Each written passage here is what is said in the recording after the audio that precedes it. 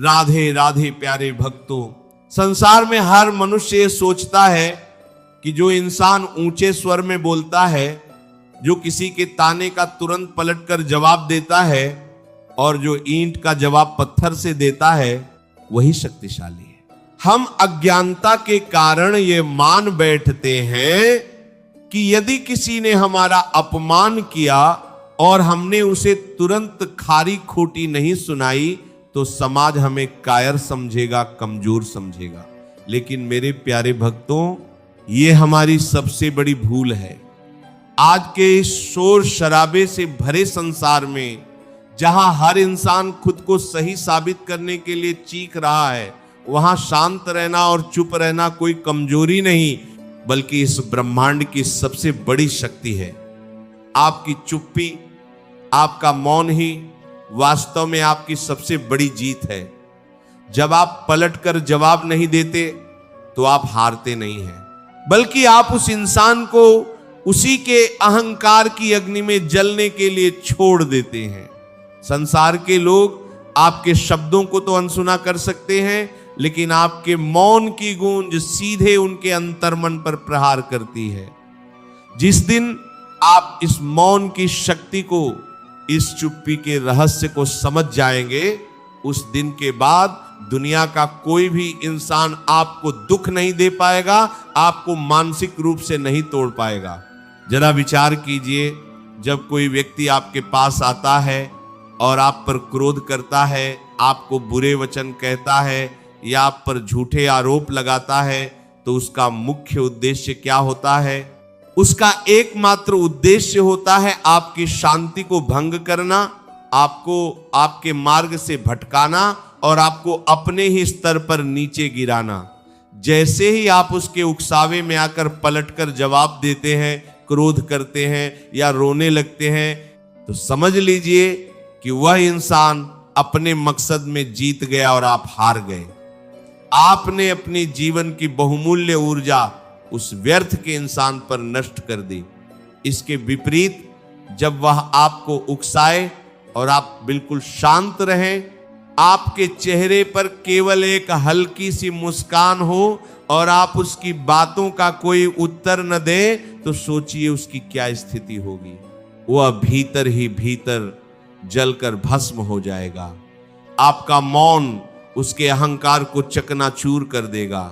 वह सोचेगा कि मेरे इतने कठोर शब्दों का इस पर कोई प्रभाव क्यों नहीं पड़ रहा है। यही आपकी सबसे बड़ी विजय है। हमारे संतों ने हमेशा यह सिखाया है कि कीचड़ में पत्थर फेंकने से कीचड़ हमारे ही वस्त्रों को गंदा करता है।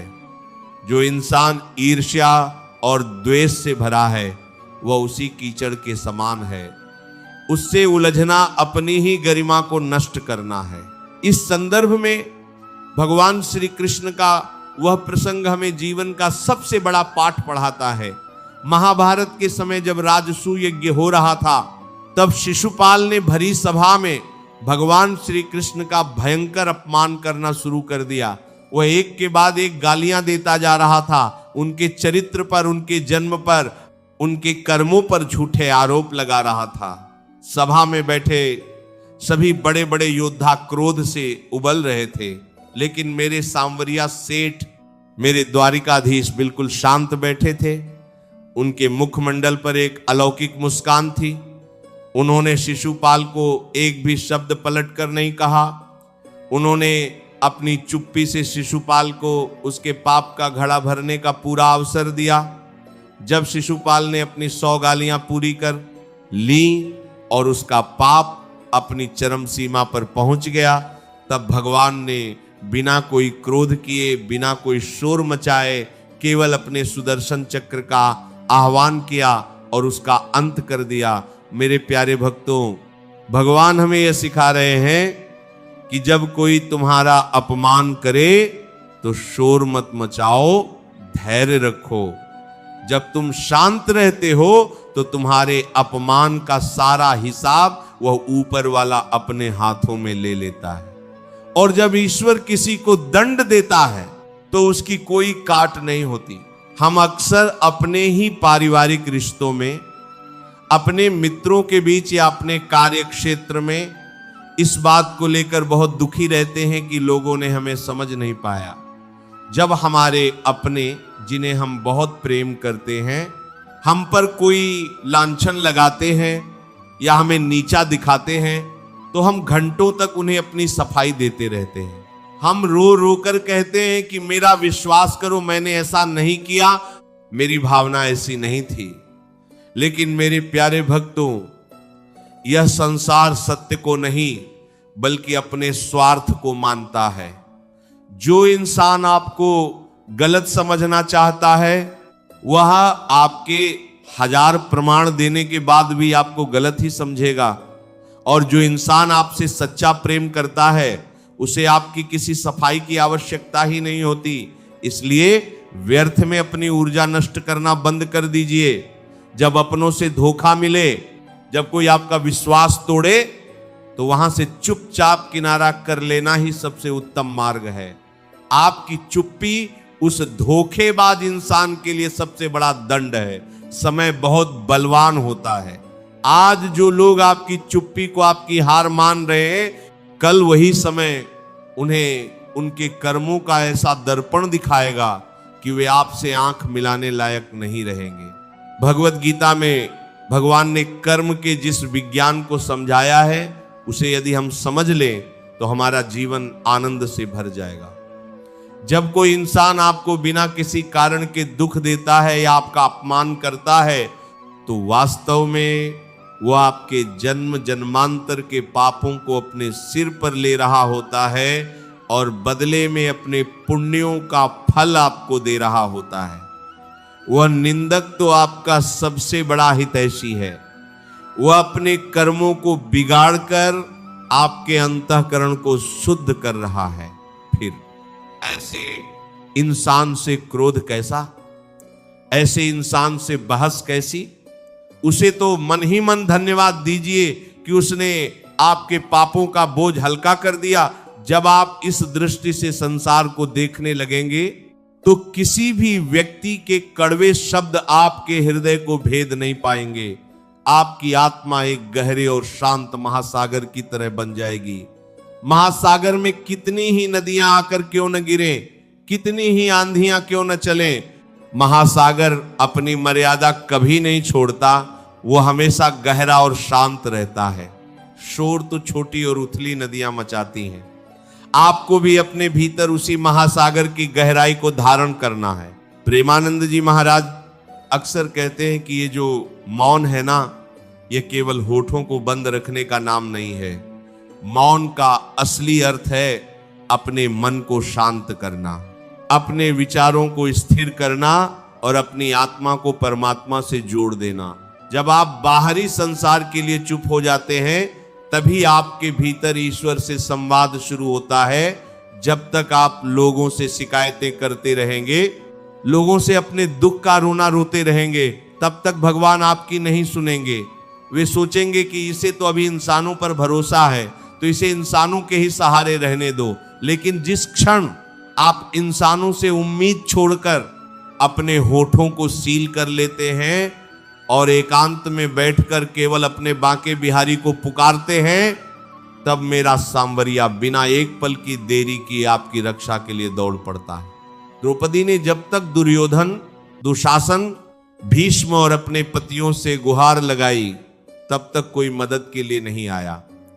लेकिन जब वह इस संसार की तरफ से पूरी तरह निराश हो गई, उसने सबसे उम्मीद छोड़ दी और मौन होकर दोनों हाथ उठाकर केवल गोविंद को पुकारा, तो चीर बढ़ाने के लिए भगवान साक्षात प्रकट हो गए। आपके जीवन में चाहे कितनी भी बड़ी विपत्ति क्यों ना आ जाए, चाहे चारों तरफ से आपको असफलता घेर ले, लोग आपको ताने मारने लगे कि तू तो किसी काम का नहीं है, तूने जीवन में कुछ नहीं किया, तब भी आपको घबराना नहीं है और न ही उन लोगों को शब्दों से जवाब देना है। अपनी असफलता के समय शांत रहकर अपनी कमियों का विश्लेषण कीजिए, अपनी शक्ति को बटोरिए और पूरी लगन के साथ अपने कर्म में लग जाइए। याद रखिए, बीज जब मिट्टी के नीचे दबा होता है तो वह कोई शोर नहीं मचाता, वह घोर अंधकार और एकांत में चुपचाप अपना संघर्ष करता है। लेकिन जब वह वृक्ष बनकर बाहर निकलता है और उस पर फल लगते हैं तो पूरी दुनिया उसकी छाया में आकर बैठती है। आपकी मेहनत भी उसी बीज की तरह होनी चाहिए। मेहनत इतनी खामोशी से करो कि तुम्हारी सफलता खुद ब खुद शोर मचा दे। आपको अपने मुख से अपनी बड़ाई करने की आवश्यकता नहीं है। आपका कर्म और आपकी सफलता एक दिन उन सभी लोगों के मुंह हमेशा के लिए बंद कर देगी जो आज आप पर हंस रहे हैं। संसार का यह नियम है कि जो इंसान हर छोटी बात पर प्रतिक्रिया देता है, लोग उसे गंभीरता से लेना छोड़ देते हैं। उसकी बातों का कोई मूल्य नहीं रह जाता। इसके विपरीत जो इंसान कम बोलता है, केवल आवश्यक होने पर ही अपने विचार रखता है, उसकी एक एक बात को लोग बहुत ध्यान से सुनते हैं और उसका सम्मान करते हैं। इसलिए अपनी ऊर्जा को, अपने शब्दों को बहुमूल्य बनाइए। इसे हर किसी के सामने ऐसे ही मत लुटाइए। जब आपके भीतर आध्यात्मिक शक्ति का संचार होता है, जब आप निरंतर भगवान का नाम जप करते हैं, तो आपके व्यक्तित्व में एक ऐसा तेज, एक ऐसा आकर्षण आ जाता है कि आपके मौन रहने पर भी लोग आपकी उपस्थिति का सम्मान करने लगते हैं। जब भी मन में यह विचार आए कि मैं चुप क्यों रहूं, मेरी कोई गलती नहीं है, तो बस एक बार वृंदावन की उस पावन भूमि का स्मरण कर लेना, अपनी आंखें बंद करना और सोचना कि मेरे ठाकुर जी, मेरी लाडली राधा रानी मुझे देख रही हैं। संसार की कोई भी अदालत, संसार का कोई भी न्यायाधीश इतना सच्चा न्याय नहीं कर सकता जितना मेरा सांवरिया सेठ करता है।